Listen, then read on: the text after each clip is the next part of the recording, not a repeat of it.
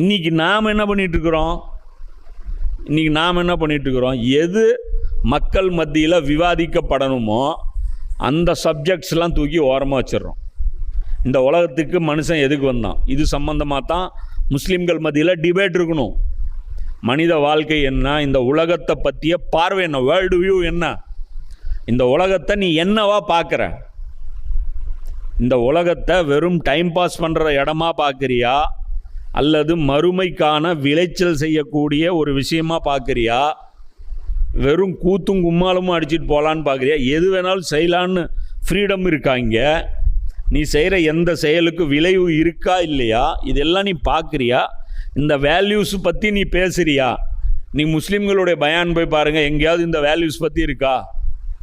எப்பயாவது பேசுவாங்க, ஒரு 5 நிமிஷம் பேசுவாங்க, ஒரு 10 நிமிஷம் பேசுவாங்க. என்ன முஸ்லீம்கள் மத்தியில் இதை பேசுவாங்க, இஸ்லாம்ங்கிற இந்த தீனை பற்றி பேசுவாங்களா? பண்ண மாட்டாங்க.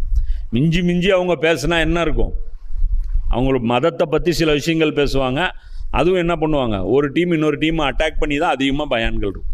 சுன்னத் ஜமாத்காரங்க தௌஹீத் ஜமாத்காரங்களை அட்டாக் பண்ணுவாங்க, தௌஹீத் ஜமாத்காரங்க சுன்னத் ஜமாத்தை அட்டாக் பண்ணுவாங்க. இப்போ என்ன சொல்லுவாங்க, நீ மட்டும் இவங்களை அட்டாக் பண்ணலையான்ட்டு. நான் என்ன சொல்கிறேன், குரானில் இருக்கக்கூடிய விஷயங்கள் எடுத்து, இது வெறும் மதமாக இல்லை, இது தீனாக இருக்குது அப்படிங்கிறத நான் எடுத்து சொல்கிறேன்.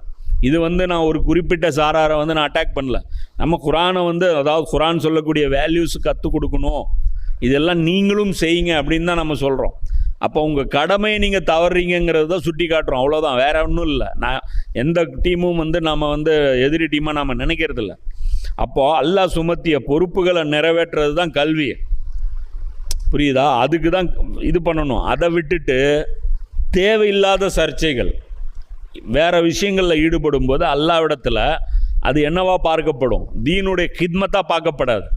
என்ன பார்க்கப்படும்னா, விளையாடிட்டு இருக்கிறீங்கன்றான். அல்லாஹ் என்னங்கிறான், விளையாடிட்டு இருக்கீங்க.